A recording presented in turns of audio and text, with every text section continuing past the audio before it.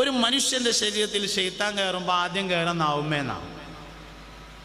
ലഅനത്തുല്ലാഹി അലൈഹി. ഒരു മനുഷ്യന്റെ ജീവിതത്തിൽ പിശാച് കയറിയാൽ ആദ്യം കയറുക അവൻ്റെ നാവുമ്മേക്കാരം. നാവ് ശൈത്താന് ലഅനത്തുല്ലാഹി അലൈഹിക്ക് ആദ്യം പേച്ചത് നാവാണ്. ഖലഖതനീ മിൻ നാരിൻ വഖലഖതഹു മിൻ തീൻ. നാവ് വെച്ചു. പറഞ്ഞത് ന്യായാണ്, പക്ഷെ പറച്ചോനോട് പറയേണ്ട വർത്താനല്ല എന്ന് മാത്രം. ഞാൻ തീ കൊണ്ടും അവൻ മണ്ണ് കൊണ്ടും പടച്ചതല്ലേ. അസ്ജുദു ലിമൻ ഖലഖത തീന. മണ്ണ് കൊണ്ട് പടച്ച ആദമിന് തീ കൊണ്ട് പടച്ച ഞാൻ സുജൂദ് ചെയ്യുകയോ എന്നത് ന്യായമാണെങ്കിലും അള്ളാഹിനോട് പറയാൻ പറ്റിയ വർത്താനായില്ല എന്നതാണ് വിഷയം. ന്യായം എല്ലായിടത്തും പറയാനുള്ളതല്ല. അതാണ് സംഭവിച്ചത്. അപ്പോൾ നാക്ക് പഴക്കുകയാണ് ചെയ്തത്. ഒരു മനുഷ്യൻ്റെ ശരീരത്തിൽ പിശാച് കയറിയാൽ ആദ്യം കയറുക നാവുമ്മേ. നമ്മുടെ ശരീരത്തിൽ ഏറ്റവും ശക്തമായ അവയവവും നാവാണ്. നമ്മുടെ ശരീരത്തിലെ ഏറ്റവും ശക്തിയുള്ളത് 2 അവയവങ്ങൾക്കാണ്. നമ്മൾ പറയല്ലോ ശുജായി എന്ന് പറയും. ചിലപ്പോൾ ഒരാളൊരു ശുജായി ആണെന്നറിയാം. ശുജായി എന്ന് പറഞ്ഞാൽ ആരാ? ശുജായി എന്ന് പറഞ്ഞാൽ 2 ഗുണങ്ങൾ ഉള്ള മനുഷ്യനാണ് ശുജായി എന്ന് പറയാം. 2 ഗുണം. ഒന്ന്, തൊള്ളയിലെ നാവ് അടങ്ങിയിരിക്കുന്നവൻ. 2, ലൈംഗികാവയവം അടങ്ങിയിരിക്കുന്നവൻ. അതായത് ലോകത്തെ ഏറ്റവും വലിയ ശക്തി എന്ന് പറയുന്നത് തൗഹീദാണ്. ലോകത്തെ ഏറ്റവും വലിയ ശക്തി തൗഹീദാണ്. തൗഹീദിൻ്റെ സൂറത്താണ് ഖുൽ ഹുവല്ലാഹു അഹദ്. ഖുൽ ഹുവല്ലാഹു അഹദ് എന്ന സൂറത്തിറങ്ങിയപ്പോൾ നബി സല്ലല്ലാഹു അലൈഹി വസല്ലം തങ്ങൾ പറഞ്ഞു, ഉസ്സിസത്തിസ് സമാവാതു വൽ അർളു അലാ ഖുൽ ഹുവല്ലാഹു അഹദ്. ആകാശഭൂമികൾക്ക് തറക്കല്ലിട്ടിരിക്കുന്നത് ഖുൽ ഹുവല്ലാഹു അഹദിന്റെ മേലിലാകുന്നു എന്ന് പറഞ്ഞു. ആകാശഭൂമിൻ്റെ തറക്കല്ല് ഖുൽ ഹുവല്ലാഹ്. അതിൻ്റെ പ്രമേയമാണ് അഹദിയത്ത്. ഭൂമിയിലെ ഏറ്റവും, പ്രപഞ്ചത്തിലെ ഏറ്റവും വലിയ ശക്തിയാണ് അഹദിയത്ത്, ഏകത്വം. കൈ നമുക്ക് 2 എണ്ണമാണ്, കാല് 2 എണ്ണമാണ്, കണ്ണ് 2 എണ്ണമാണ്, മൂക്ക് 2 എണ്ണമാണ്, ചെവി 2 എണ്ണമാണ്. 2 എണ്ണമില്ലാത്ത 2 എണ്ണമാണ്. ഒന്ന് വായയും ഒന്ന് ഗുഹ്യസ്ഥാനവും.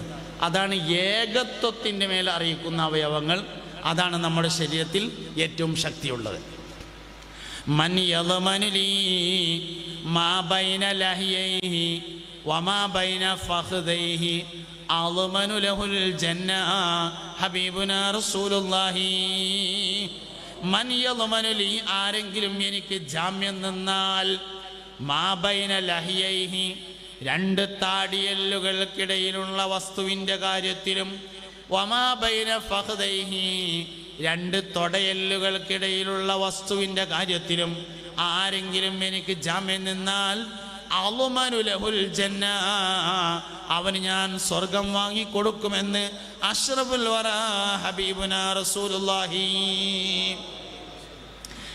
ലൈംഗിക വിശുദ്ധിയുള്ളവനെ പാറ വരെ അംഗീകരിച്ചിട്ടുണ്ടെന്നാണ്. ലൈംഗിക വിശുദ്ധിയുള്ളവനെ പാറക്കല്ല് വരെ അംഗീകരിച്ചിട്ടുണ്ട്. ഇർഷാദിലുണ്ടല്ലോ ഒരു കഥ പറയണു. ഇർഷാദുൽ ഇബാദിൽ 3 ആൾക്കാർ യാത്ര പോയിട്ടൊരു ഗുഹയിൽപ്പെട്ടത്. 3 ആളുകൾ യാത്ര ചെയ്തു. ഒരു മലയുടെ താഴ്വാരത്തെ ഒരു ഗുഹയിൽ മഴ പെയ്തപ്പോൾ അഭയം പ്രാപിച്ചു. മഴയിൽ മുകളിൽ നിന്ന് ഉതിർന്നു വന്ന ഒരു പാറക്കല്ല് ഗുഹാമുഖം അടച്ചു കളഞ്ഞു.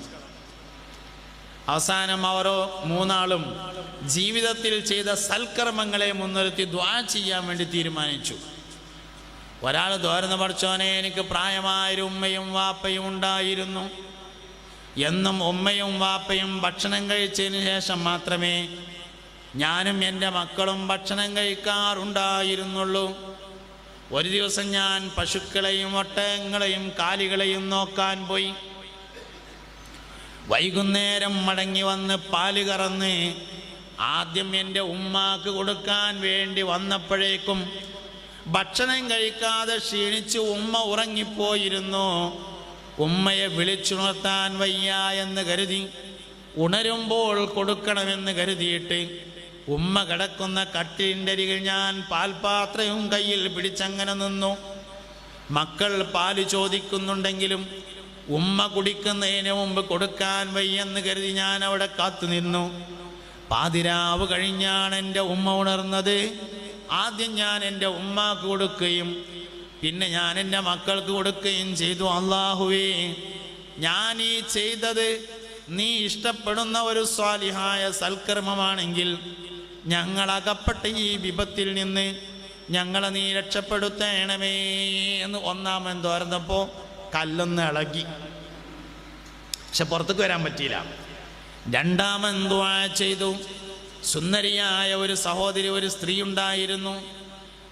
ഞാൻ അവളെ എപ്പോഴും എനിക്ക് കിട്ടണമെന്ന് ആഗ്രഹിച്ചു, പക്ഷേ കിട്ടിയില്ല. സാമ്പത്തികമായി വളരെയധികം വിഷമിച്ച് അവളൊരിക്കൽ എന്നോടൊരു അല്പം പണം കടം ചോദിച്ചു. ഞാൻ പണം കടമല്ല സൗജന്യമായി നൽകാമെന്നും അതിന് പകരമായി നിന്റെ ശരീരത്തെ എനിക്ക് തരണമെന്നും പറഞ്ഞു. ഗത്യന്തരമില്ലാതെ അവൾ അതിന് സമ്മതിച്ചു. അങ്ങനെ ഞാൻ ആ പണം കൊടുത്തു. അവളുമായി ലൈംഗിക വീഴ്ചയിൽ ഇടപെടാൻ ഒരുങ്ങുന്ന സമയത്ത് അവൾ എന്നോട് പറഞ്ഞു, ഇത്തക്കില്ല, നീ അള്ളാഹുവിനെ പേടിക്കണം. പടച്ചോനെ, അത് മൂന്നാമത്തെ ആൾ കേട്ടോ. രണ്ടാമത്തെ ആള് ജോലിക്കാരൻ കൂലി വാങ്ങാതെ പോയിട്ട് ആ കൂലി കൊണ്ട് ഒരാടിനെ വാങ്ങി, പിന്നെ അതിനെ വിട്ടൊരു പശുവിനെ വാങ്ങി, പിന്നെ ഒരു ഒട്ടകം വാങ്ങി, പിന്നെ ഒരുപാട് ഒട്ടകങ്ങളുണ്ടായി. കുറേ കാലം കഴിഞ്ഞ് ജോലിക്കാരൻ മടങ്ങി വന്നിട്ട് നിങ്ങൾ ഇന്നാളാ തരാനുള്ള കൂലി കാട്ടിക്കാണിന്ന് പറഞ്ഞപ്പോൾ ഒരു മലഞ്ചെരിവ് മുഴുവൻ ഒട്ടകങ്ങളും ആടുകളൊക്കെ ഉണ്ടായിരുന്നു. ഇത് മൊത്തം എൻ്റെത് വലുതായതാണ്, കൊണ്ടേക്കോ എന്ന് പറഞ്ഞാണ് കൊടുത്തയച്ചു. അത് രണ്ടാമത്തെ ആൾ. മൂന്നാമത്താണ് ഈ സംഭവം. എനിക്കൊരു ഇളയമ്മാൻ്റെ മകളുണ്ടായിരുന്നു. അവളോട് വലിയ ഇഷ്ടമായിരുന്നു. വ്യഭിചാരത്തിന് വേണ്ടി എല്ലാ സൗകര്യങ്ങളും ഒരുങ്ങി. പക്ഷേ അള്ളാഹുവേ, നിന്നെ ഭയപ്പെട്ടുകൊണ്ട് മാത്രം ഞാൻ വ്യഭിചാരത്തിൽ നിന്ന് പിന്തിരിഞ്ഞത്. നിനക്ക് ഇഷ്ടപ്പെട്ട ഒരമലാണെങ്കിൽ ഞങ്ങളകപ്പെട്ട വിപത്തിൽ നിന്ന് രക്ഷപ്പെടുത്തണേ എന്ന് പറഞ്ഞപ്പോൾ പാറക്കല്ല് നീങ്ങി നിന്നു. ലൈംഗിക വിശുദ്ധിയുള്ളവനെ പാറക്കല്ല് വരെ അനുസരിക്കും എന്നതിൻ്റെ തെളിവായിട്ട് അത് ഉദ്ധരിക്കാറുണ്ട്. ഇതാണ് ശുചായി. സംസാര വിശുദ്ധിയും ലൈംഗിക വിശുദ്ധിയും ഒരാൾക്കുണ്ടെങ്കിൽ ആരുടെ മുമ്പിൽ എഴുന്നേറ്റിക്കാൻ കഴിയും. ഓനോട് ആരും ഇരിക്കാൻ പറയില്ല. അതേസമയത്ത് സംസാരത്തിൽ പോയിട്ടുണ്ടെങ്കിൽ, ലൈംഗിക അവിശുദ്ധി ഒരാൾക്കുണ്ടായിട്ടുണ്ടെങ്കിൽ അവന് ഒരു മനുഷ്യൻ്റെ മുമ്പിൽ എഴുന്നേറ്റിക്കാൻ പറ്റില്ല. ഓൻ്റെ കാര്യത്തിൽ തന്നെ മതിപ്പുണ്ടാവില്ല, പിന്നല്ല വേറുള്ളൊരു കാര്യം. അതുകൊണ്ട് ഷജാഅത്ത് എന്ന് പറഞ്ഞാൽ, ധീരത എന്ന് പറഞ്ഞാൽ രണ്ട് കാര്യങ്ങളാണ്. ഒന്ന് സംസാര വിശുദ്ധിയും മറ്റൊന്ന് ലൈംഗിക വിശുദ്ധിയാണ്.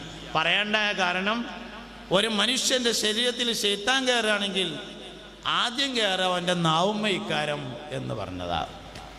നാവിനെയാണ് പിശാച് ഏറ്റവും കൂടുതൽ സ്വാധീനിക്കാൻ വേണ്ടി ശ്രമിക്കുന്നത്. അതുകൊണ്ട് ബറക്കത്താണ് നമ്മുടെ വിഷയം.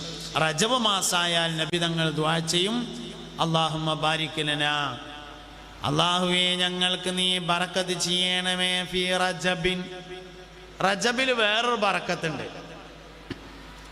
റജബ് തവക്കുലിൻ്റെ മാസമാണ് എന്നാണ്. റജബുൻ ഷഹറുല്ലാ എന്നുണ്ട്. റജബ് അള്ളാഹുവിൻ്റെ മാസമാണ്. ഒരു മനുഷ്യന് അള്ളാഹുവിനെ മനസ്സിലായാൽ അവൻ്റെ ജീവിതത്തിലുണ്ടാവുന്ന ഏറ്റവും വലിയ മാറ്റം അള്ളാഹുവിനെ ഏൽപ്പിക്കാൻ തോന്നും എന്നതാണ്. ഇതാണ് തവക്കുൽ. എല്ലാ ദിക്റുകളും തവക്കുലിൻ്റെ ദിക്റാണ്. നമ്മളൊരു വഴിക്ക് പോവുകയാണ്, ബിസ്മില്ലാഹിർ റഹ്മാനിർ റഹീം, ശരിക്കും അതെന്താ സംഭവം? തവക്കുലാണ്. വാഹനത്തിൽ കയറാണ്, സുബ്ഹാനല്ലദീ സഖറ ലനാ ഹാദാ വമാ കുന്നാ ലഹു മുഖ്രിനീൻ, തവക്കുലാണ്. പള്ളിയിൽ കയറാണ്, അല്ലാഹുമ്മ ഫ്തഹ് ലീ അബ്വാബ റഹ്മതിക്, തവക്കുലാണ്. വീട്ടിൽ നിന്ന് ഇറങ്ങാൻ, ബിസ്മില്ലാഹി തവക്കൽതു അലല്ലാഹ് വലാ ഹൗല വലാ ഖുവത ഇല്ലാ ബില്ലാഹ്, തവക്കുലാണ്. എല്ലാ ദിക്റുകളും തവക്കുലിൻ്റേതാണ്. അതുകൊണ്ട് റജബ് തവക്കുലിൻ്റെ മാസമാണ്. വമൻ യതവക്കൽ അലല്ലാഹി വഹുവ ഹസ്ബുഹു ഇന്നല്ലാഹ ബാലിഗു അംരിഹി ഖദ് ജഅലല്ലാഹു ലികുല്ലി ഷൈഇൻ ഖദറ.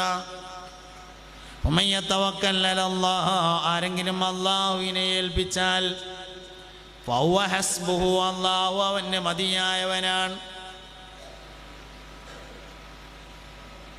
ശരിക്കും നമ്മൾ പള്ളിക്കന്ന് നിസ്കരിക്കാൻ വേണ്ടി ബാങ്ക് കൊടുക്കുകയാണ്, ഹയ്യാല സ്വലാ, നിസ്കരിക്കാൻ വരി.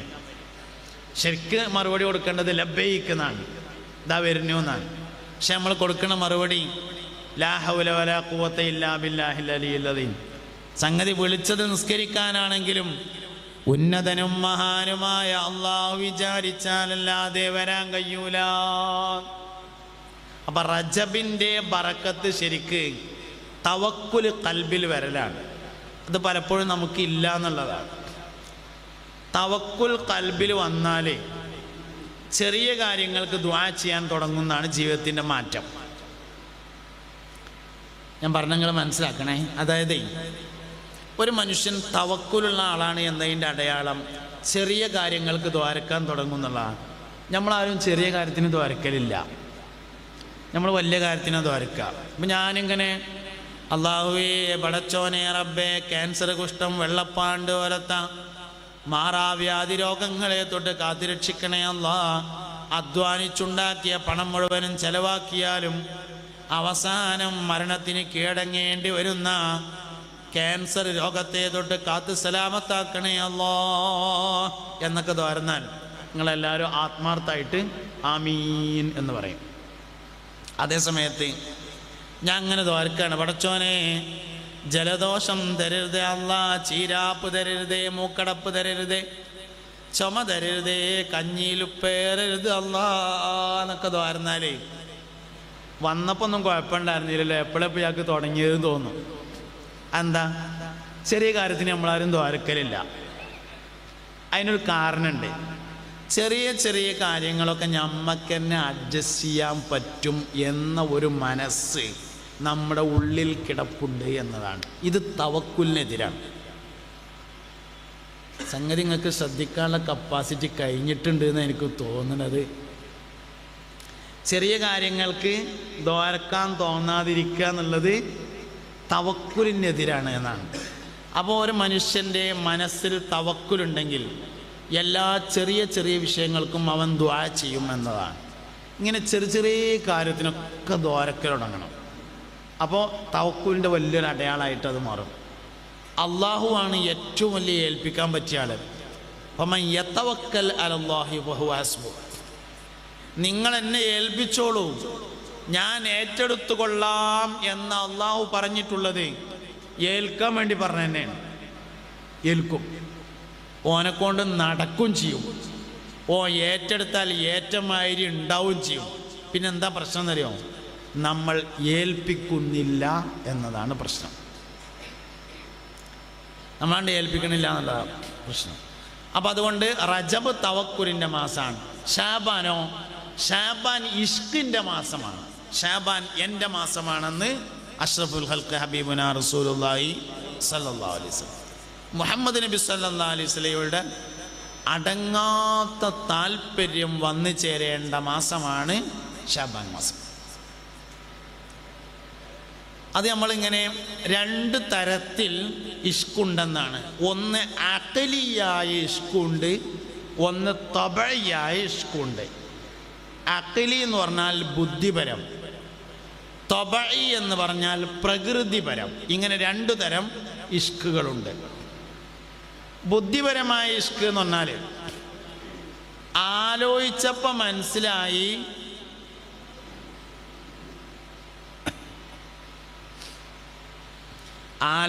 മനസ്സിലായി മുസ്തഫ നബി സല്ലല്ലാഹു അലൈഹി വസല്ലം തങ്ങളെ സ്നേഹിച്ചാലേ കഴിച്ചിലാകുള്ളൂ എന്ന് മനസ്സിലായതിനാൽ സ്നേഹിക്കുന്നതിനെയാണ് അഖലിയായ സ്നേഹം എന്ന് പറയുന്നത്.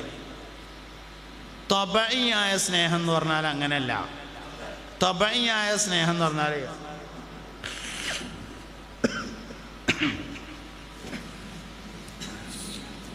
തങ്ങൾ വരുന്നുണ്ട്.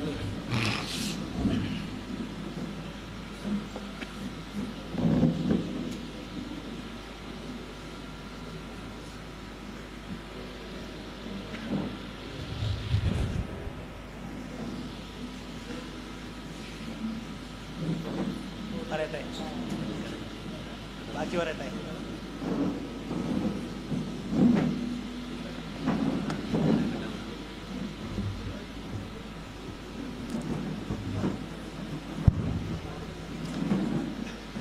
സ്നേഹം രണ്ട് തരത്തിലുണ്ട്. ഒന്ന് അഖലിയായ സ്നേഹവും മറ്റൊന്ന് ത്വബഇയായ സ്നേഹവും. അഖൽ എന്ന് പറഞ്ഞാൽ ബുദ്ധി, അഖലി എന്ന് പറഞ്ഞാൽ ബുദ്ധിപരം. ത്വബഇ എന്ന് പറഞ്ഞാൽ പ്രകൃതി എന്നാണ്. ത്വബഇ എന്ന് പറഞ്ഞാൽ പ്രകൃതിപരം. രണ്ട് തരത്തിൽ സ്നേഹങ്ങളുണ്ട്. ബുദ്ധിപരമായ സ്നേഹം എന്ന് പറഞ്ഞാൽ മുസ്തഫ നബി സല്ലല്ലാഹു അലൈഹി വസല്ലമ തങ്ങളെ സ്നേഹിച്ചില്ലെങ്കിൽ രക്ഷപ്പെടൂല എന്ന് മനസ്സിലാക്കിയതിനാൽ നബി തങ്ങളെ ഒരാൾ സ്നേഹിക്കുന്നു.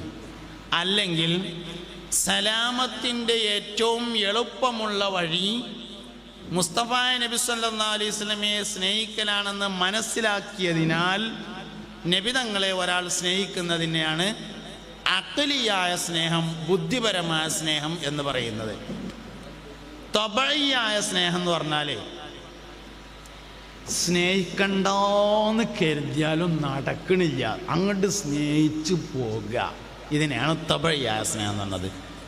മുഹമ്മദ് നബിയോടുള്ള സ്നേഹം ഒന്നാമത്തതല്ല, രണ്ടാമത്തതാണ്.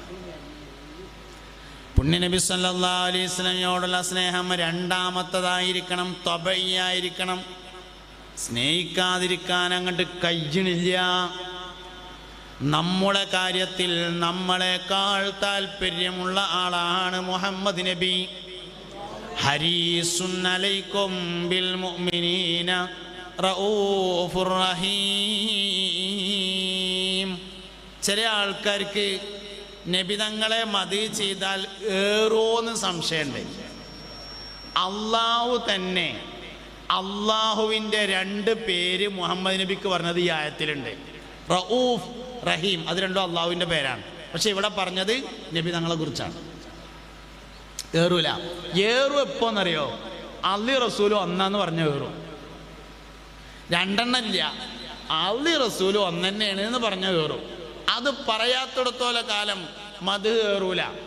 ബാലഗൽ മുദ്ദഹു ഫി ഔസഫിഹി ഫമാ ബലഗ് ബാലിഗും മിഅ്ശറ മാ ഊതി ബിമാ ഫിൽ ബാലി ബാൽ ലാ ഇലാഹ ഇല്ലല്ലാഹു ലാ ഇലാഹ ഇല്ലല്ലാഹ് ലാ ഇലാഹ ഇല്ലല്ലാഹു മുഹമ്മദുർ റസൂലുള്ളാഹ്.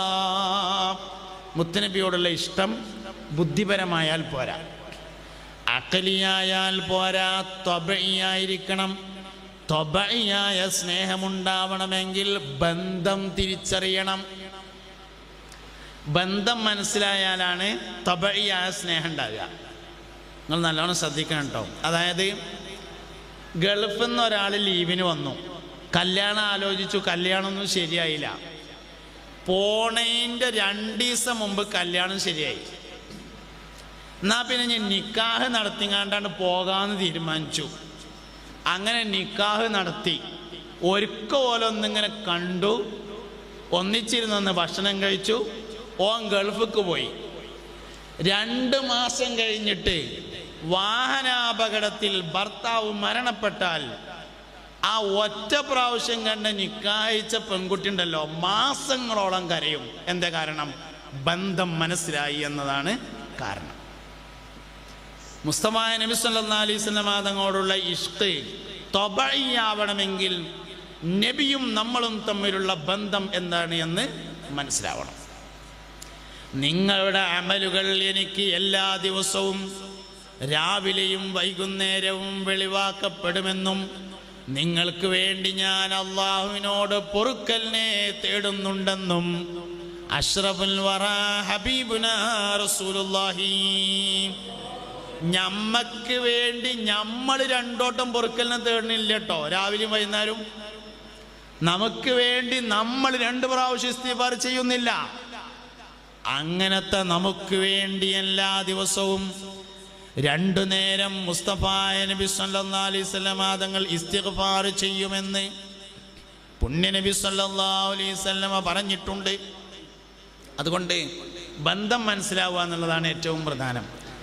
വാപ്പ മാതാപിതാക്കൾ മക്കളെ പാലം കടക്കുന്നതിൻ്റെ മുമ്പ് തിരിഞ്ഞു നോക്കൂല. സിറാത്ത് പാലം ഏറ്റവും ചുരുങ്ങിയത് 50,000 വർഷമുണ്ടാകുമെന്നാണ്. ഒരിക്കൽ ഒരു സ്വഹാബി വര്യൻ നബി തങ്ങളോട് ചോദിച്ചു, അല്ലാഹുവിൻ്റെ റസൂലേ, നാളെ മഹ്ശറിൽ വെച്ച് നിങ്ങളെ ഒന്ന് കാണാൻ ഞാൻ എവിടെയാണ് അന്വേഷിക്കേണ്ടതു നബിയേ സല്ലല്ലാഹു അലൈഹി വസല്ലം? നബി തങ്ങൾ പറഞ്ഞു, നന്മതിന്മകൾ എഴുതിയ ഏടുകൾ വിതരണം ചെയ്യുന്ന സ്ഥലത്ത് വെച്ച് കാണാം. ആ സ്വഹാബി വര്യൻ ചോദിച്ചു, അല്ലാഹുവിൻ്റെ റസൂലേ, അവിടെ വെച്ച് കണ്ടില്ലെങ്കിൽ ഞാൻ എവിടെയാണ് അന്വേഷിക്കേണ്ടത്? അത് തൂക്കുന്ന മീസാൻ എന്ന തുലാസിൻ്റെ അടുക്കൽ കാണാം. അവിടെ വെച്ച് കണ്ടില്ലെങ്കിൽ എവിടെയാണ് അന്വേഷിക്കേണ്ടത്? ഹൗദുൽ കൗസർ എന്ന ദാഹജലം മുക്കിക്കൊടുക്കുന്ന ഹൗദങ്കരയിൽ വെച്ചു കാണാം. പുന്നാര നബിയെ, മാണിക്കക്കല്ലേ, എനിക്ക് നിങ്ങളെ കാണാതിരിക്കാൻ കഴിയില്ല നബിയേ.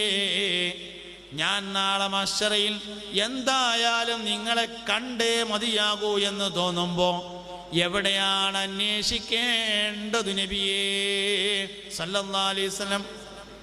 മുസ്തഫായ നബി തങ്ങൾ പറഞ്ഞു, സഹാബ, സിറാത്ത് പാലം കിടക്കുമ്പോൾ നിങ്ങൾ എന്നെ കാണാതെ പോകൂല കേട്ടോ. വാപ്പ മക്കളെ അന്വേഷിക്ക പാലം കടന്നിട്ടാണ്.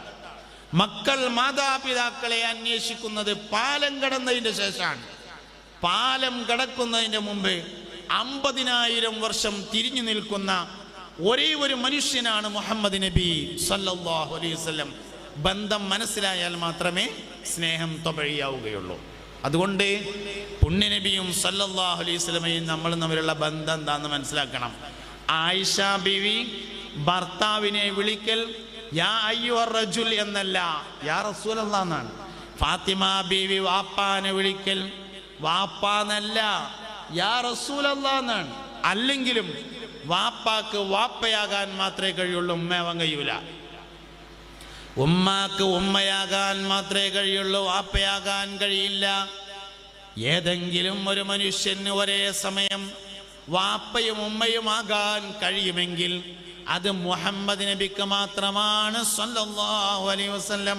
അൻത ഉമ്മുൻ അം അബൂൻ മാ റഅയ്നാ ഫീഹിമാ മിസ്ല ഹുസ്നിക ഖത്തു യാ സയ്യിദി ഖൈറൻ നബി ലാ ഇലാഹ ഇല്ലല്ലാഹു ലാ ഇലാഹ ഇല്ലല്ലാഹ് ലാ ഇലാഹ ഇല്ലല്ലാഹു മുഹമ്മദുർ റസൂലുള്ളാഹ്. ആത്മഹർഷം തുടികൊട്ടുന്ന നാളാണ് ഖിയാമത്ത്.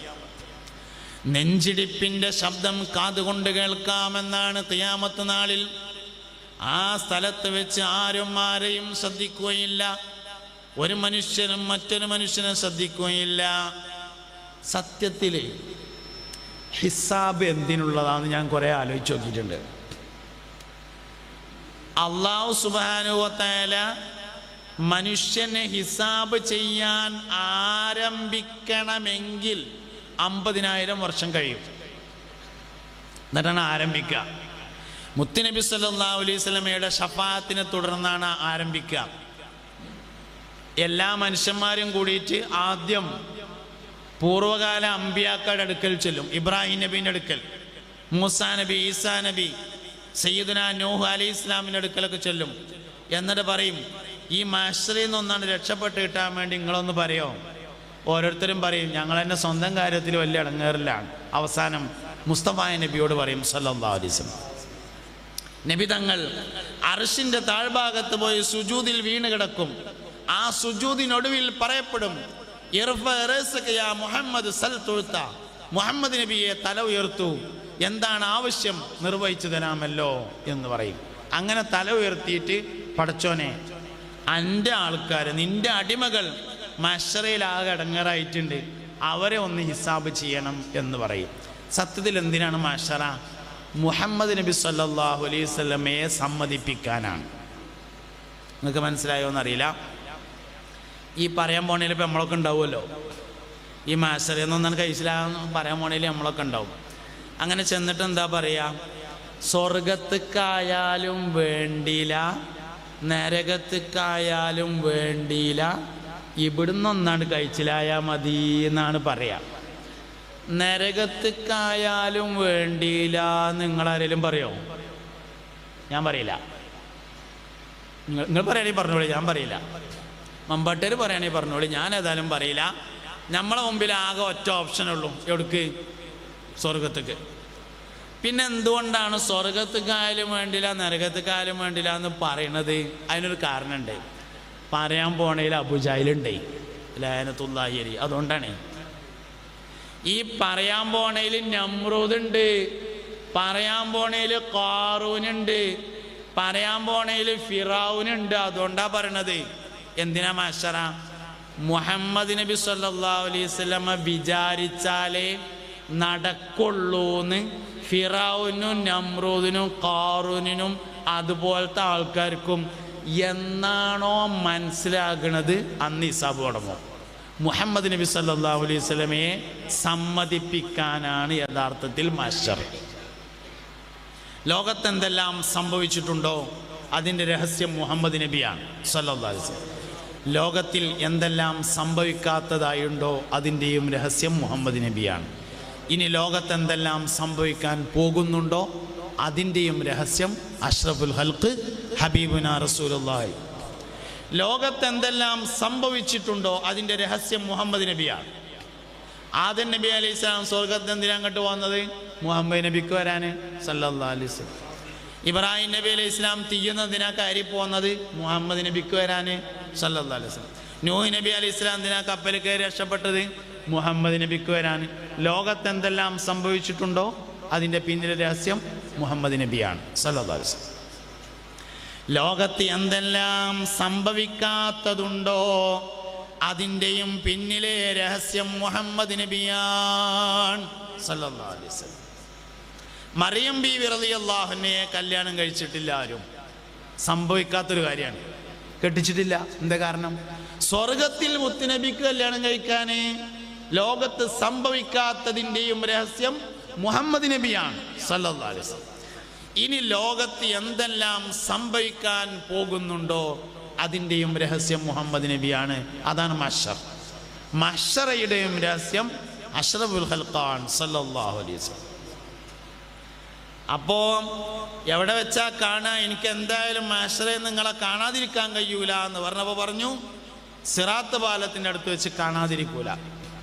അവസാനത്തെ മനുഷ്യനും കടന്നു പോകുന്നത് വരെ പാലത്തിൻ്റെ അടുക്കൽ ഇങ്ങനെ നിന്നിട്ട് ഓരോരുത്തരും പോകുമ്പോൾ അല്ലാഹുമ്മ സല്ലിം, പടച്ചോനെ ഓനട് കഴിച്ചിലാക്കി, അല്ലാഹുമ്മ സല്ലിം, അല്ലാഹുവെ അവനെ രക്ഷപ്പെടുത്തി, അവനെ രക്ഷപ്പെടുത്തി. അങ്ങനെ ഓരോരുത്തരും പോകുമ്പോൾ മുസ്തഫായ നബി സല്ലല്ലാഹു അലൈഹി വസല്ലമ തങ്ങൾ പറഞ്ഞുകൊണ്ടേയിരിക്കുമെന്നാണ്. അതുകൊണ്ട് ലോകത്തെ എല്ലാ വിജയങ്ങളുടെയും രഹസ്യം മുസ്തഫായ നബി സല്ലല്ലാഹു അലൈഹി വസല്ലമ തങ്ങളാകുന്നു. മൗലായ സ്വല്ലി വസല്ലിം ദായിമൻ അബദാ അലാ ഹബീബിക ഖൈറിൽ ഖൽഖി കുല്ലിഹിം. ലോകത്തെ ഏറ്റവും കൂടുതലായി ബറക്കത്തുണ്ടായ ഒരു മനുഷ്യൻ സയ്യിദുനാ സൽമാനുൽ ഫാരിസി റളിയല്ലാഹു അൻഹു ആണെന്നാണ്. 200 വയസ്സുവരെ മഹാനവർകൾ ജീവിച്ചിട്ടുണ്ട്. എന്താ രഹസ്യം? മുഹമ്മദ് നബി. ലോകത്തെ ഏറ്റവും ബറക്കത്തുണ്ടായ രണ്ടാമത്തെ മനുഷ്യൻ മഹാനായ സയ്യിദുനാ അനസ് ബിൻ മാലിക് റളിയല്ലാഹു അൻഹു ആണ്. 130ാമത്തെ വയസ്സിലും അനസ് റളിയല്ലാഹു അൻഹുവിൻ്റെ കവിളിൽ ഒരൊറ്റ ചുളിവും വീണിട്ടുണ്ടായിരുന്നില്ല എന്നാണ്. എന്തേ കാരണം? 10 വയസ്സുള്ള സമയത്തൊരിക്കൽ നബി തങ്ങൾ കവിളിലൊന്നിങ്ങനെ കൈയോടിച്ചതായിരുന്നു കാരണം. 130ാമത്തെ വയസ്സിലും അനസ് റളിയല്ലാഹു അൻഹുവിൻ്റെ തലയിൽ ഒറ്റ മുടിയും നരച്ചിട്ടുണ്ടായിരുന്നില്ല എന്നാണ്. 10 വയസ്സിന് താഴെ പ്രായമുള്ള സമയത്തൊരിക്കൽ മുസ്തഫായ നബി സല്ലല്ലാഹു അലൈഹി വസല്ലമ അനസ് റളിയല്ലാഹു അൻഹുവിന്റെ തലയിൽ ഇങ്ങനെ കൈവച്ചതായിരുന്നു കാരണം. അതുകൊണ്ട് റജബിൻ്റെ ബറക്കത്തിനും തോർക്കണം, ഷാബാൻ്റെ ബറക്കത്തിനും നോക്കണം. റജബിൻ്റെ ബറക്കത്ത് തവക്കുലാണ്, ഷാബാനിൻ്റെ ബറക്കത്ത് ഇഷ്കാണ്, റമളാനിൻ്റെ ബറക്കത്ത് എന്ന് പറയുന്നത് ഉമ്മത്തിനെ തിരിച്ചറിയലാണ്. റമളാൻ ഉമ്മത്തിൻ്റെ മാസമാകുന്നു എന്നാണ്.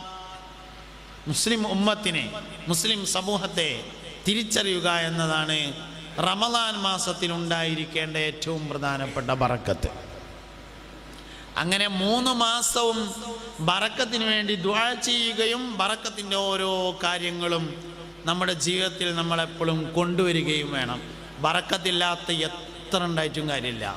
ബറക്കത്തുള്ളത് വളരെ കുറച്ചാണെങ്കിൽ പോലും ഒരുപാട് ഉപകാരങ്ങൾ അതിനുണ്ടാകും എന്നാണ്.